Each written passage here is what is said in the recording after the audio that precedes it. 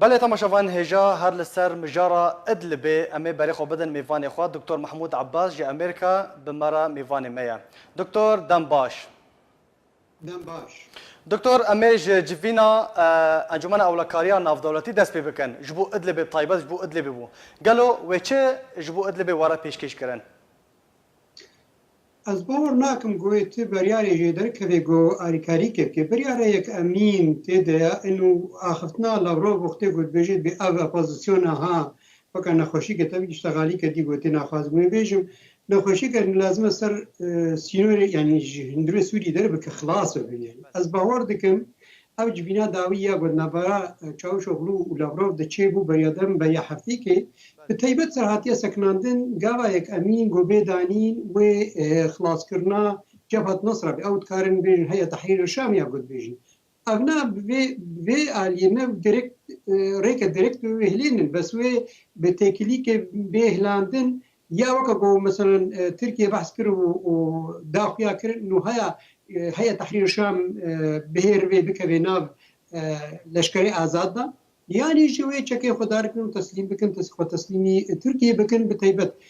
ميزاني جو تركيا لشكري خديني سر سينور دا بدي خويا كرن مزار كريا بازسيونكم دبنجها خدا بلان از خد ميزانو يقول ميزان نام ادبي دكتور شوايه درخستنا جبهه النصره انكو تحرير الشام وشوا شوايه درخستني وشوا با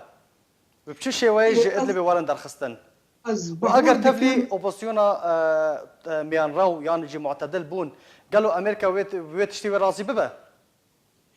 انا امریکا و روسیا راضی نبه بتیبت و اوج بینا گوچه دبه یا گون هاج سر انجمن اولکاریه گفته دینن از بهور دکم دواره کی بهتری پروپاگاندیه یعنی وقت گوتی روسیا دخوازی ویت تشتي گو پیدرا بینا دا بخی واره کی انه ناف دولتی دیا انه حمسر سر بنگها وینا تشتي گو بکرند ادلی بده و سر راز بن طبعا گوچه دیجی ویرا من چه پیرا بن هر او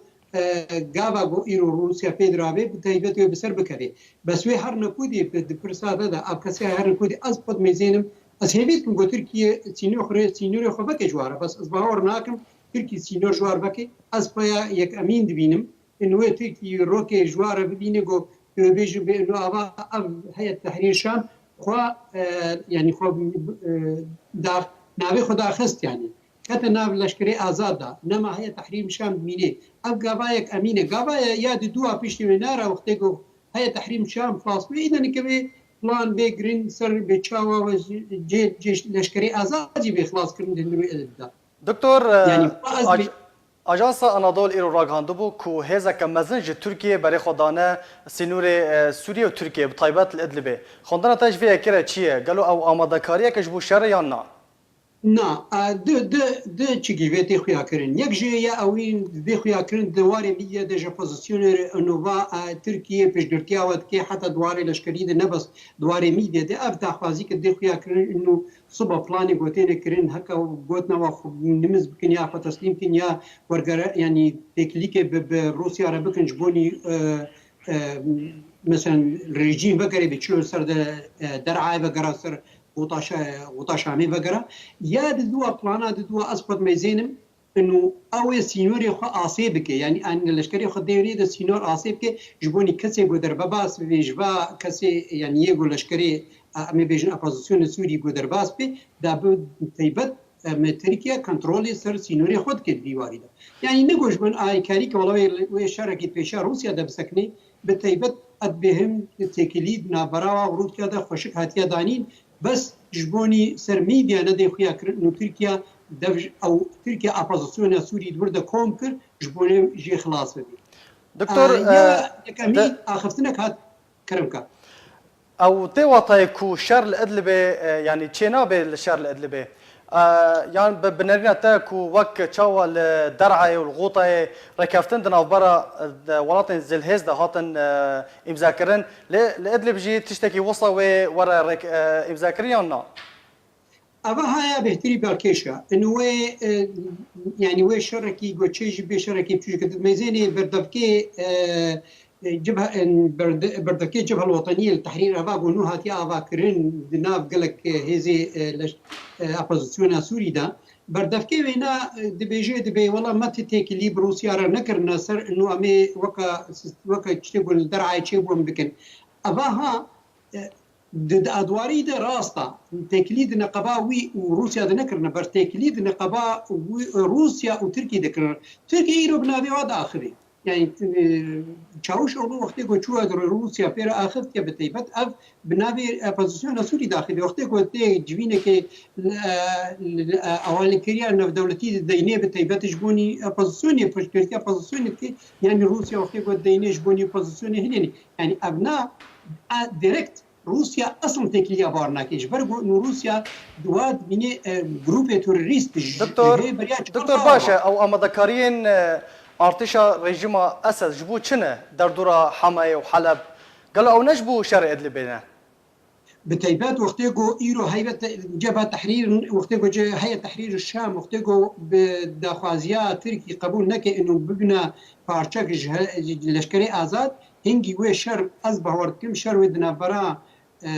حتى هناك اپوزيسيون سوري فوش كنا هيئه تحرير الشام دوي تشبي وقتيجو نكاربن بتيبات وريجيما بشار بتيبات ولي بخي اغاها طبعا أريكاريا روسيا بشار أسد فوتن قاري تشكي بك دكتور دوازده خالين شافديرية ين تركيا لويدري هنا لإدلب هنا قالوا أجر أمبيجن أجر شر هاتا رودان وشارنفيسا وان خالان وشوابه تركيا وبرافانيا بروي خالان دا بكيانا نا أفجابا بيشتيجو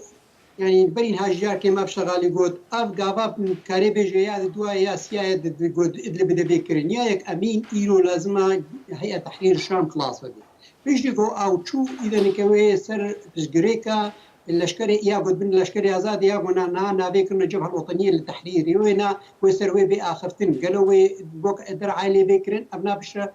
كليوي نقابة روسيا تركيا سر بي أما ذكرين بيشتي وينارس بتيبت أب بيسيع تركيا وجويد بين هلاندين بيشتيكو أب أبوزيسيون سوري حتى هلاندين هنجي بيسي هلين أصبح ورتم قابا شارع هنجي بيجوي سر عفريني بآخرتين تركي وبهلاندين بيتشلو إلو أمريكا دخازيد بيجي لازمة إيران أميد سوري دبمين حتى قوج لشكري إيران هندرو دبي أصبح وردكم ولشكري تركيا بمين ذا مناطق هذا حتى جو أبوزيسيون يك بارشيم بيشتو أبوزيسيون خلاص بو هنجي روسيا بيجي تركيا أماده بونا تلفيدي جينا معايا دكتور هل سر أخفتنا هل سر مجرى كنت بحث دكينها هن سياسة مدار وهن شافدير دبيجن كو إدلب وبشك جي حلب وبشك جي حماي وتفلي تركيا ببا شو راسيا وياكي هاي؟ دسبيك دا أردوغان أب آخفتناها دافازيك بو جو إنه وقتي جو سوري ببي بارشا أزي بي بارشا شخورة ببنو موكا جو كاري بيجي وقتا كده وهذا آخفتن إنه حتى أمريكي أوروبي قال لك دولة زي آخفتن جو هيا سوري ببي بارشا يعني دوی پارچه بونی ده ترکی آوا آخفت کن ترکی بس دوی وارن هذا دمان هذا أفتشته جو ترکی داود بيجي ويا دافازيا قلت يكرن يا بسر بروباغندا كا انديركت نراسي يعني نمباشر بيجن آوا آخفت ندواري خودش برگو إنه ترکی إيرو فازي خب پارزي إيكونوميكا خب پارزي إيرو ترکی بخود خطاري ده نما كاري بيش عبداليات كي جو سينور ندي يا هيز ندي بستيني بالتايبت از باور دكم إنه هرم فيدرالي شمال سوريا هي او امريكي قال لك يسر بسكن بروسيا دكتور محمود شرق ادلبي وچبان دوري السر دفرا عفرينا رجافاي كورساني بكا طيباتكو هفسينورا بادلبيرا وبطيبات جاكدارن جبهة النصرة اگر هاتن درخصن قالوا وباريخو ندن عفريني والله بخطر هيا أماده وسرهاتي آخفتن وزبها ورد دكم از نشاش من الجبينة تاليدة دنقبال برو وشاوش وغرو دجكي أب آخفتن هاتي كرين إنه وقتي جو شرعي جو زيادة بهندروي إدلبي ده بتي أزد بيقي جو تركي وسينوري خو نفكي أو لشكري خو عني سر فيجي أب كوشباري جو بين شل لشكري هيا تحرير الشام بي وقتي جو قبول نكن جكي خدينا وشي كسي قبوار آماده دي سبيلا از باورت مبريخو بدنا عفريني من هرما عفريني جرابلس باب أبا هاوي زردستيك قال لك مصطرج نهاقو عفرين تيدا ويسر عفريني بكرين جبرقو أبناء دوارة كده وتركي سينوري خو بحفظين هناك من تركي دوارة كي ديدش كوي دا فازيا تركي جي بيك بين إنه والله با دويدي دا منطقة أب هرماها لازم بميني جبرقو وكا وقتي قبري تشرو إدلب هشت بيه ليك إنه والله کوچبار یا لید کۆم دبن یعنی کەسێک گۆ باز بن لێ کۆم بێ بخێ سوجەک وحتا دەمەکێ لەشکرێ ترکی دوور دەبمینێ دکتور محمود ئەف زۆر دەستی سەر ئەفرینێ و ئەف خەتەر سەر ئەفرینێ یعنی پارچەی بالکی پرسا من یا داوی ئەوە کو ڕەوشە سووریێ بتایبەت پرانیا دەڤەران ڤەگەریا بۆ ڕێژیما ئەسەد بەرەف پەرچەبوونێ ڤە دەچە یان هەمی دەڤەر وێ تێکەفن یان jî ڤەگەرن بۆ ڕێژیما ئەسەد ئەڤنا هەیە بتایبەت دکارێ ئەسکارم بێ نابەری بێژم و بەرین هاژی ئاخەفت هاتیە ئاخەفتن دنابەرە هین گروپێ ئەمریکی و رووسیدا سەر سووریا وەرێ هەیە بتایبەت سەر نەهاتی ئاخەفتن ji ber got û her duşkê em direkt متفق بوون سەر لازمە دەستپێکێدا ئەv گروپێ توریستی بێنە هێلاندن تایبەت وەکە بۆ داعش وەکە جەبهەت تحریر الشام